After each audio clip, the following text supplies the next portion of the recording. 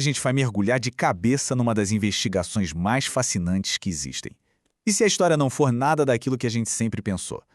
Sabe aquela ideia de que história é só decorar um monte de datas e nomes de gente que já se foi há um tempão? Aquela coleção de fatos empoeirados, sem graça nenhuma? Pois é, essa ideia não podia estar mais longe da verdade.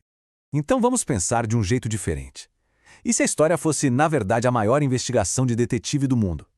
Imagina só, não um livro cheio de respostas prontas, mas uma cena de crime gigantesca que atravessa séculos inteiros. Um mistério enorme só esperando para ser desvendado. É exatamente isso que a gente vai explorar. Beleza, então. Vamos dar o pontapé inicial nessa investigação. Para a gente entender o que é história de verdade, primeiro a gente precisa ir lá na origem dela. Essa pergunta parece até simples demais, né? Mas a resposta é a chave mestra para toda a nossa investigação. Afinal de contas, o que a gente está estudando quando estuda história? E olha só, aqui já temos a nossa primeira grande pista. A origem da própria palavra já entrega o jogo. História vem do grego historiai, que significa, adivinha só, conhecimento através da investigação. Viu só? Não tem nada a ver com decorar e sim com investigar, com ir atrás do conhecimento. E falando em investigação, esse cara aqui é o Heródoto. Ele foi, digamos assim, o primeiro a ter essa sacada de usar um método investigativo para entender o que estava acontecendo no tempo dele. Ele é, basicamente, o nosso investigador-chefe, o primeirão da lista de grandes historiadores. Então, vamos lá. Se a história é uma grande investigação, o historiador é o nosso detetive, certo? E como todo bom detetive, ele tem um método, uma forma de trabalhar.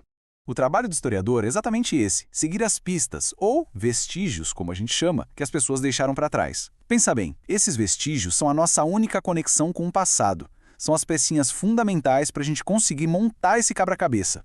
E esse método é bem direto. Olha só. Primeiro, o nosso detetive historiador escolhe um mistério para resolver, tipo, como os portugueses realmente chegaram ao Brasil. Depois, ele sai à caça das provas, cartas antigas, mapas, diários de bordo, tudo que puder encontrar. E por último, ele junta tudo isso, analisa e apresenta o caso, ou seja, compartilha o que descobriu. Ok. Mas que tipo de pistas, de evidências, são essas que um historiador usa? Chegou a hora da gente abrir o nosso arquivo de evidências. Basicamente, a gente divide as pistas em dois tipos principais. Primeiro, as fontes primárias. Pensa nelas como a testemunha ocular ou a arma do crime. São materiais da própria época.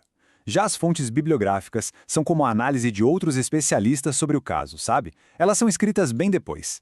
E aqui fica super claro de ver a diferença. De um lado a gente tem a Mona Lisa, pintada lá no século XVI. Isso é uma fonte primária, veio direto da época. Do outro lado, um livro de hoje em dia sobre a história do Brasil. Isso é uma fonte bibliográfica. Um é um objeto do passado, o outro é um estudo sobre o passado. Faz sentido, né? Mas calma que a coisa fica ainda mais interessante. As pistas não são só coisas físicas, não. Elas podem ser materiais, tipo um objeto, um prédio antigo que a gente pode tocar. Ou podem ser imateriais, como uma tradição de dança, uma festa popular ou até uma receita de família que passa de geração em geração.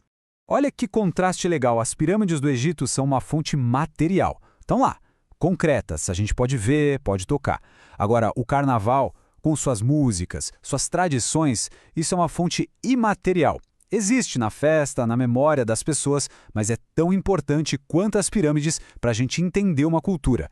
Beleza? Já falamos das evidências, mas e as pessoas por trás delas? Quem são os suspeitos e as testemunhas desse caso gigantesco que a gente chama de história? Pensa rápido. Quem faz a história? A primeira resposta que vem na cabeça da maioria das pessoas é os grandes líderes, né? Reis, presidentes, generais. Mas será que é só isso mesmo? Aqui a gente vê bem essa ideia. De um lado, a visão tradicional, um imperador, uma figura de poder. Mas e essa galera do outro lado? As pessoas comuns, os trabalhadores, as famílias, será que elas não contam, não fazem parte da história? E aqui vem a grande revelação. A verdade que, ao mesmo tempo simples e superpoderosa, é que todo mundo faz história. É isso mesmo. Cada pessoa no seu dia a dia, na sua família, com os vizinhos, no trabalho, cada um de nós é o que os historiadores chamam de sujeito histórico. A história, no fim das contas, é o resultado das ações de todo mundo junto, e não só de um grupinho de gente famosa. Certo, então. todo bom detetive precisa colocar as pistas em ordem, né? Para entender a sequência dos fatos. Para os historiadores, essa ferramenta de organização é a famosa linha do tempo. Para facilitar a organização de tantos séculos, a história ocidental foi dividida nesses grandes períodos que a gente está vendo. Começa lá na pré-história e vem avançando até a Idade Contemporânea, que é a nossa. Cada pulo de um período para o outro é marcado por um evento que mudou tudo, sabe? Tipo, a invenção da escrita, que marca o fim da pré-história, ou a Revolução Francesa, que deu o pontapé inicial na era em que a gente vive hoje. E aqui vai uma dica rápida para qualquer detetive do tempo. Os séculos, na maioria das vezes, são escritos em algarismos romanos. É uma convenção, quase um código secreto dos historiadores, mas que, na verdade, é bem fácil de decifrar. Bom, estamos chegando ao fim da nossa investigação de hoje. E aí, qual é o veredito? Por que esse trabalho todo de desvendar o passado importa tanto para a gente aqui e agora?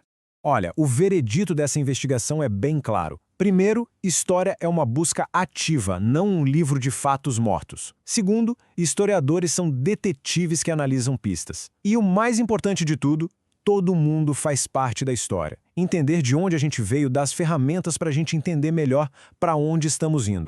E para a gente terminar, fica uma última pergunta no ar. Já parou para pensar nas pistas que a gente está deixando para os historiadores do futuro?